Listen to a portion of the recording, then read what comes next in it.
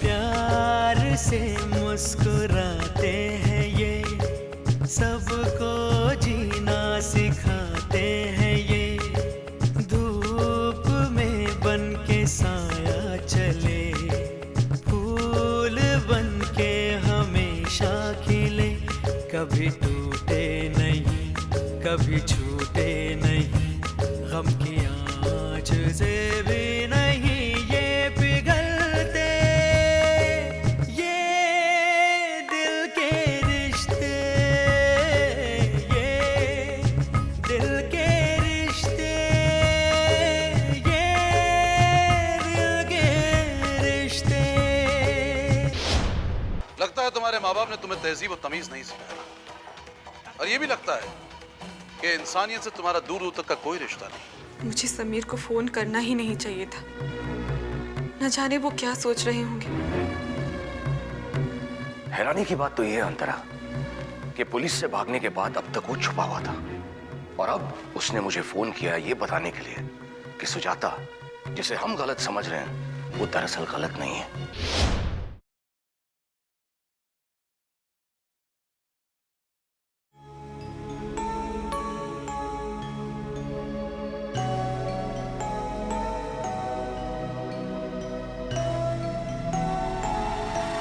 बहन, आपको रहने का इंतजाम कहीं और करना होगा।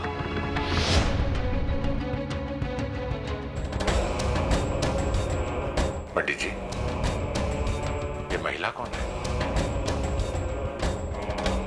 यह एक दुखियारी है।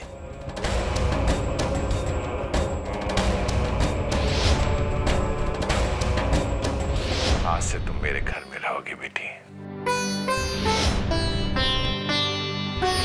क्या तुम्हारा अपना कोई नहीं है? अगर अपना कोई होता तो इस तरह से ठोकरें नहीं खाती। क्या नाम है तुम्हारा? सुजाता।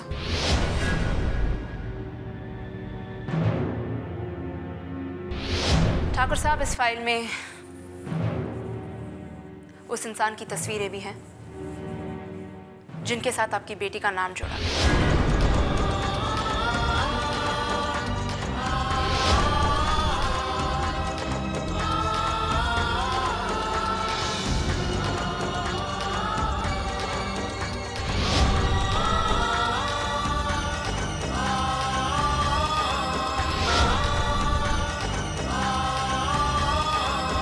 दो छोटी छोटी बच्चियां हैं घर पे सर, जिनकी वजह से मैं ऑफिस नहीं आ पाया। और तुम्हारी पत्नी? तुमने बताया था कि तुम अपनी पत्नी के साथ रहते हो। जी सर, लेकिन वक्त के साथ साथ बहुत कुछ बदल जाता है सर।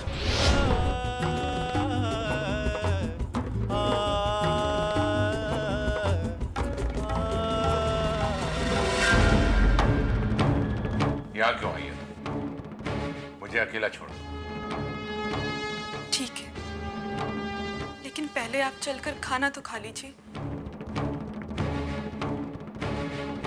जाओ, जाकर अपने बच्चों को खिला दो, खुद खा लो। आपको याद है ना, डॉक्टर ने क्या कहा था? डॉक्टर ने मुझे आपका ख्याल रखने के लिए कहा था, और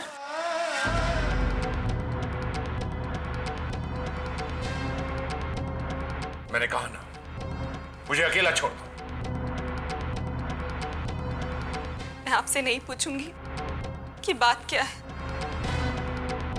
लेकिन खाने को इस तरह नहीं ठुकराना चाहिए। चलिए, थोड़ा सा खा लीजिए।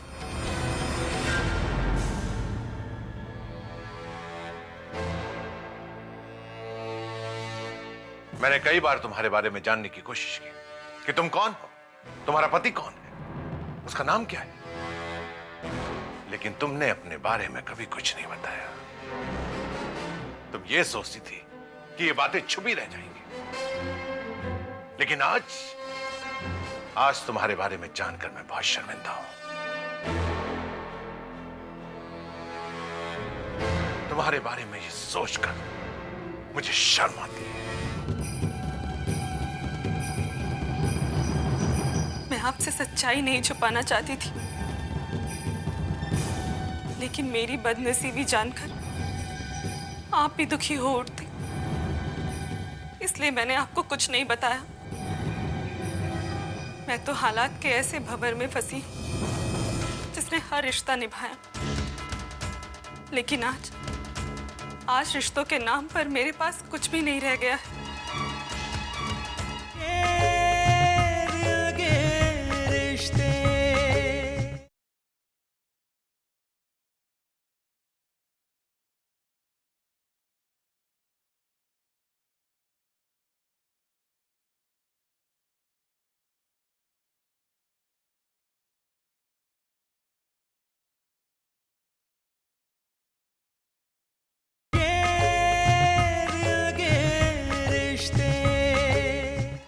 जिंदगी के उस मोड़ पर खड़ी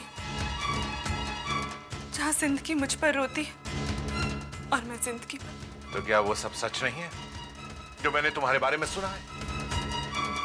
आपने भी वही सब सुना है जो दुनिया जानती है और जो सरासर झूठ है। मैंने बदनामी को गले लगाकर अपने पति की रक्षा की है। बदनामी का बोझ मेरे दिल पर जरूर है, मगर मेरी आत्मा पर कोई बोझ नहीं है, क्योंकि मैंने जो भी कबूल किया है अपने बेगुनाह पति को कानून से बचाने के लिए किया है। लेकिन जब उन्हें ही नहीं पता कि सच क्या है, तो दुनिया क्या समझेगी?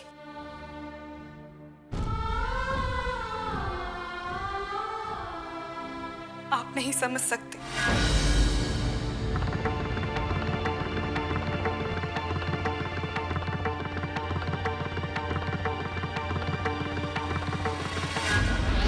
अपने सुहाग को बचाने के लिए तुम कितनी बड़ी कुर्बानी दे सकती हो? तुम चाहती क्या हो? शंकर को।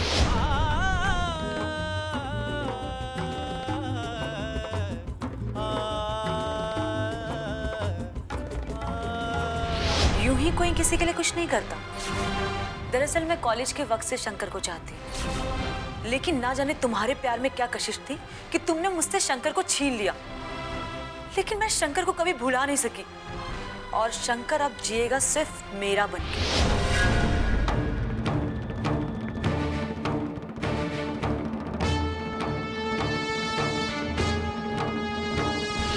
मैं तुमसे अपने सुहाग की भीख मांगती हूँ, ऐसा मत करो। तुम्हारा सुहाग सलामत रहेगा, मगर मेरा प्यार मुझे दे दो। क्या तुम्हें मंजूर है कि शंकर मेरा बन के रहे? हाँ।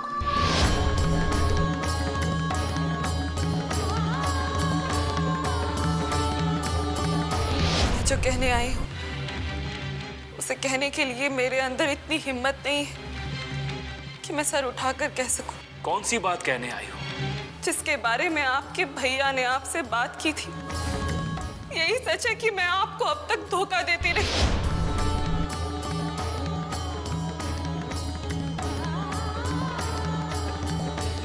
तुम झूठ बोल रही हो ना? तुम झूठ बोल रही हो ना?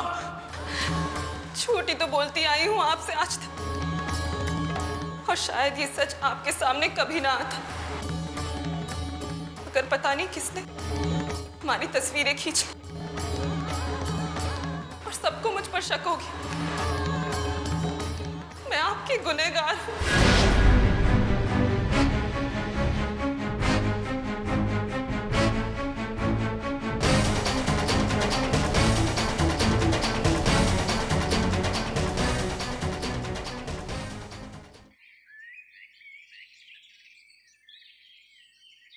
अंतरा अभी तक वो खबर लेकर आई क्यों नहीं, जिस खबर का मुझे इंतजार है? मिताली, मिताली, क्या हुआ दीदी? वो जो तुमने मुझे दिया था वो सिद्ध जल नहीं था, जरूर उसमें कुछ मिला हुआ था। लेकिन हुआ क्या? उन्हें क्या? ये क्यों नहीं कहती कि वो अब इस दुनिया में रहे ही नहीं? नहीं, ऐसा नहीं हो सकता। उस सिद्ध जल को पीने के बाद ऐसा ही होना था, क्योंकि वो कोई सिद्ध जल नहीं था, जहर था, जहर। और वो जहर तुमने अपने पति को खुद दे दिया। अब दुनिया तुम्हें खूनी कहेगी। तुमने तो अपने हाथों से ही अपना सुहाग उजाड़ दिया। तुमने मेरे साथ ऐसा क्यों किया? किस लिए? मैंने तुम्हारा क्या बिगाड़ा था? बदला लेने के लिए। और आज मेरा बदला पूरा हुआ। मैं यही चाहती थी कि तुम अपने हाथों से अपने पति का खून करो, ताकि तुम भी मेरे पति की तरह सलाखों के पीछे चक्की पीसो। कौन हो तुम? मैं पूछती हूँ, कौन हो तुम? मैं रितेश की पत्नी हूँ। उसी एडवोकेट रितेश की पत्नी जो आज जेल की सजा काट रहा है तुम्हारी वजह से, जो तुम्हारा राजदार था और उसे रास्ते से हटाने के लिए तुमने अपनी बहन को उसके पीछे लगा दिया था। आज वो जेल में है सिर्फ तुम्हारी वजह से। आज एक सुहागन होकर भी मैं एक विधवा की जिंदगी जी रही हूँ सिर्फ तुम्हारी वजह से। इसीलिए तुम्हें भी मैं ऐसी ही जिंदगी जीने देना चाहती हूँ।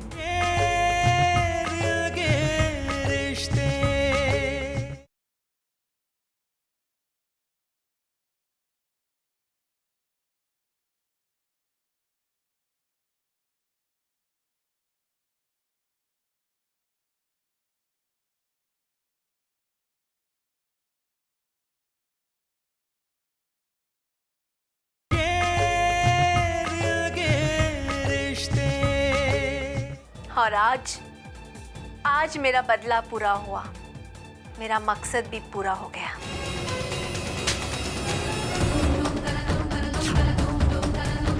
मैं तुम्हारी सच्चाई सामने लाना चाहती थी। तुम कौन हो ये जानना चाहती थी, इसीलिए सारा नाटक किया था मैंने। कल रात को दूध में मैंने तुम्हारा दिया हुआ सिद्ध जल मिलाया ही नहीं। मुझे शक तो पहले ही हो गया था। मैं कल भी सुहागन थी, आज भी सुहागन हूं और कल भी सुहागन रहूंगी। मेरे साथ खेल खेलने चली थी तुम। अरे जिस घर ने तुम्हें इतना प्यार दिया, इतनी इज्जत दी, उसे उजाड़ना चाहती थी तुम। मुझे विधवा बनाना चाहती थी। आज तुम्हारा खेल खत्म हुआ मिताली। अब तुम भी अपने पति के साथ उसी जेल में जाओगी। इसीलिए शायद तुमने वो रास्ता चुना था। अब मैं जब चाहूं तुम्हें उस जेल में पहुंचा सकती हूँ। तुमने जो मेरी बातें रिकॉर्ड करने के लिए कैमरा पेन लगाया था, उसमें तो तुम्हें कुछ नहीं मिला होगा, मगर मैंने जो कैमरा पेन लगाया है,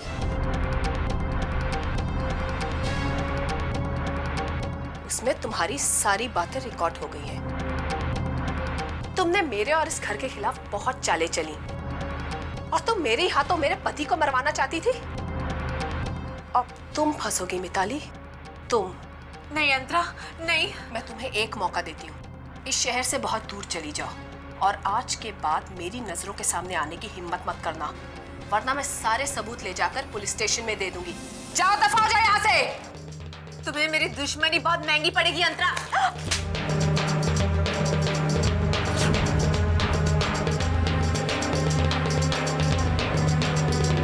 दोस्त, तुम बार बार कहा करते थे ना कि तुम पुलिस के सामने अपना जुर्म कबूल करना चाहते हो, तो बस यूं समझ लो कि आज वो वक्त आ गया है। अब तुम्हें तैयार होना होगा करीम। भाईजान, मैं तैयार तो उसी दिन हो गया था जिस दिन आपने अपने आप को पुलिस के सामने सरेंडर किया था। आप बेगुनाह होते हुए भी किसी की खातिर फांसी के फंदे को चूमने के लिए तैयार हैं। तो मैं तो गुनहगार हूं भाईजान, फिर मैं क्यों नहीं फांसी के फंदे को गले लगा सकता? करीम भाई, अपने गुनाह का एतराफ करना और उसकी सजा को बुलंद हौसले और जज्बे से कबूल करना ही इस बात की अलामत है कि तुम्हें अपने किए पर पछतावा है। हाँ भाईजान, मैं पुलिस स्टेशन वो सबूत की सीडी लेकर जाऊंगा ताकि पुलिस के सामने शक की गुंजाइश ना रहे। अब किसी किस्म की कोई शक की गुंजाइश नहीं रहेगी करीम मियां, क्योंकि आज वो दिन है जब एक भाई अपनी बहन की हिफाजत की कसम उठाता है, एक प्रण लेता है, एक प्रतिज्ञा करता है कि अपनी बहन की हिफाजत करेगा। और आज मैंने भी ये कसम खाई है कि अपनी बहन की जिंदगी खुशियों से आबाद कर दूंगा। हे भगवान, ये क्या हो गया?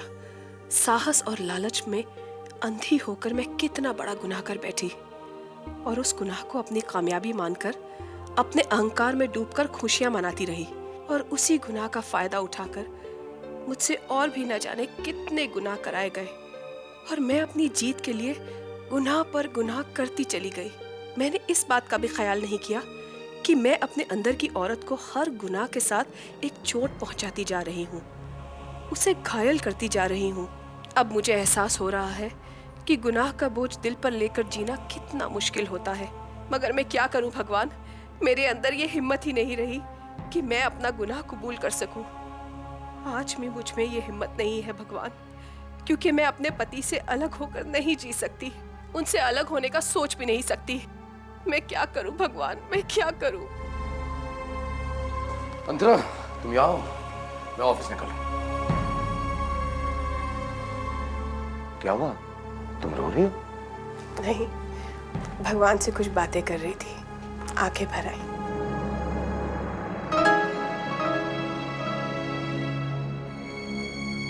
लेकिन पूजा करते वक्त आंसू क्यों निकला? क्या तुम्हें किसी बात का दुख है या मुझसे कोई गलती हो गई? मुझे लगता है कि पहली बार मैंने तुम पर अपनी कोई इच्छा थोपी है, इसलिए तुम्हें दुख है। मैं ठीक कह रहा हूं ना? मैंने तुमसे कहा था कि शंकर को लेकर तुम यहाँ आओ। शंकर को यहाँ रखने की बात कर रहा था मैं। नहीं, आप ऐसा क्यों समझते हैं? अच्छी पत्नी तो वही होती है जो पति से प्यार करे, और मेरा फर्ज बनता है कि आप जिसे चाहें मैं भी उससे प्यार करूं। शंकर आपका भाई है और मैं नहीं चाहती कि आप दोनों अलग रहें। अब इस घर का अकेलापन और सूनापन मुझे रुलाने लगा है। कितनी अच्छी हो तुम। मुझे अच्छी कह कर आखिर आपने मुझे अच्छी बना ही दिया। अब तो बस यही कोशिश करनी है कि आपकी उम्मीदों पर खरी उतरूं और आपका विश्वास कभी ना तोड़ूं।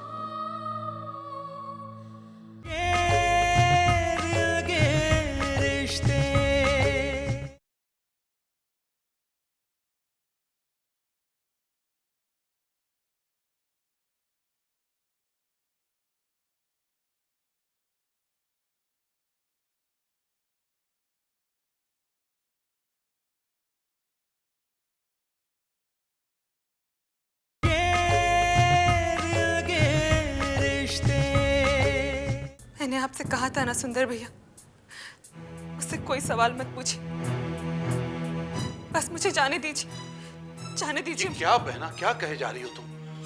मैंने तुमसे कहा था कि मैं तुम्हें लेने आ रहा हूं, और मेरे आने से पहले तुम जाने की बात कर रही हो।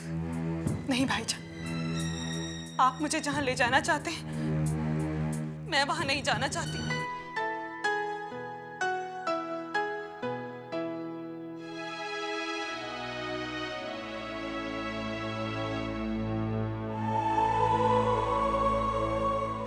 आप? हाँ, क्या तुमने मुझे पूरी तरह से गैर समझ रखा है? आप ऐसा क्यों कह रहे हैं भैया? ऐसा नहीं कहूं तो कैसा कहूं? इतनी सारी बातें हो गई तुम्हारे घर में और तुमने मुझे एक बार भी खबर नहीं की। दरअसल खबर देने का मौका ही नहीं मिला। तो फिर सुजाता अब कहाँ है? अपने पिता के साथ। जिनके यहाँ मैं काम करता था वही उसके पिता हैं। क्या? हाँ भैया। सुजाता बहन, वो घर तुम्हारा है, वो शौहर तुम्हारा है, ये बच्चे तुम्हारे हैं, तुम दोनों एक दूसरे के बगैर रह नहीं सकते, फिर भी एक दूसरे से मिलना नहीं चाहते तुम लोग। ये क्या नादानी है?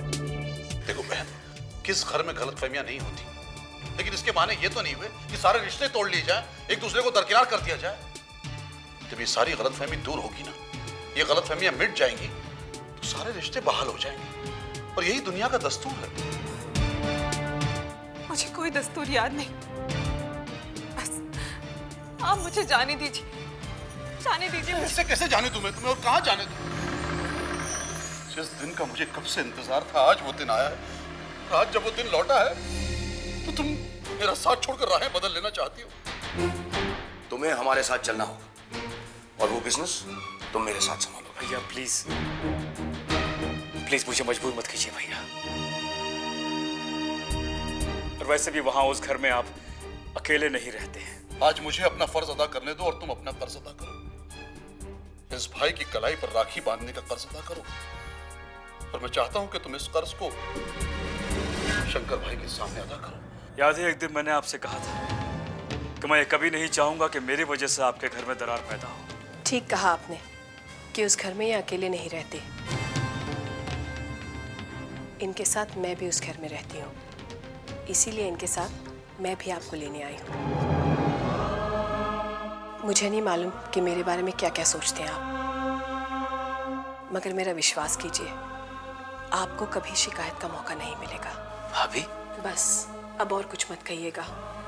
मैं दुनिया की नजरों में और बदनाम नहीं होना चाहती। वो आपका घर है। प्लीज आपको हमारे साथ घर चलना ही होगा, और सबा और आफरीन को मैं पालूंगी। आपको शिकायत का कोई मौका नहीं मिलेगा। तो अब तो चलोगे तुम हमारे साथ? मैं जानता हूं तुम इसलिए उस घर में नहीं रहना चाहते ना, क्योंकि पापा ने तुम्हें उस घर से निकाला था। लेकिन आज मैं तुम्हें पापा की कसम देता हूं, तुम्हें हमारे साथ चलना ही होगा। हाँ बहना, मेरी मानो, मेरे साथ चलो। उस घर की दीवारें तुम्हें पुकार रही हैं, तुम्हें बुला रही हैं। उस घर की खुशियां तुम्हारा इंतजार कर रही हैं। वो घर तुम्हारे बगैर अधूरा है, बिल्कुल सूना है बहना। मेरी मानो, तुम्हें मेरे साथ चलना ही होगा। आओ, आओ मेरे साथ चलो। आओ, आओ बेटा, आओ बच्चों।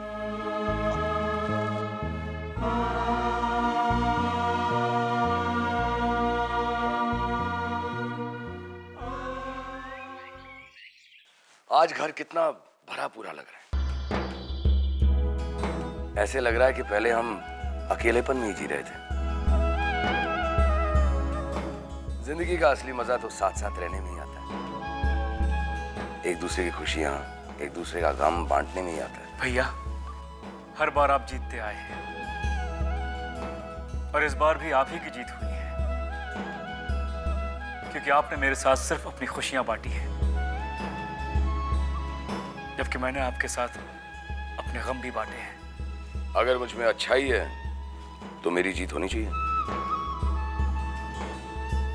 क्योंकि अगर मैं अपने भाई से हार गया तो उस हार में भी मेरी जीत है। अब आप लोग ये हार जीत की बातें छोड़िए। हाँ हाँ, आज तो दोनों भाई एक साथ ऑफिस जाएंगे। आप लोग ऑफिस जाइए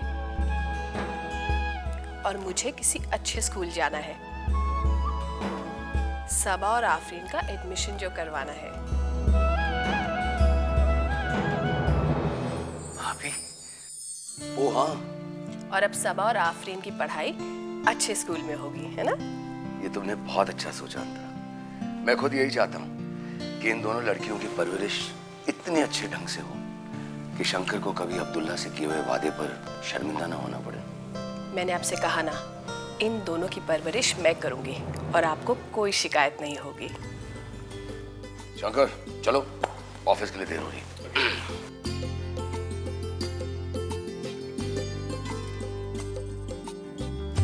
चलो बेटा, हम नाश्ता करते हैं। चलो अच्छा, यहाँ से आ जाओ बेटा।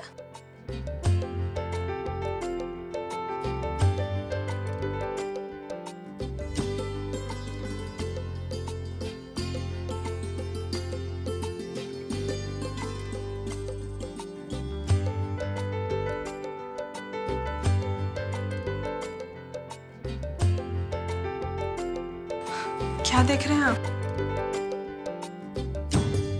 देखकर खुद को तसल्ली दे रहा हूं कि हमने इन बच्चियों की परवरिश इनके धर्म अनुसार की।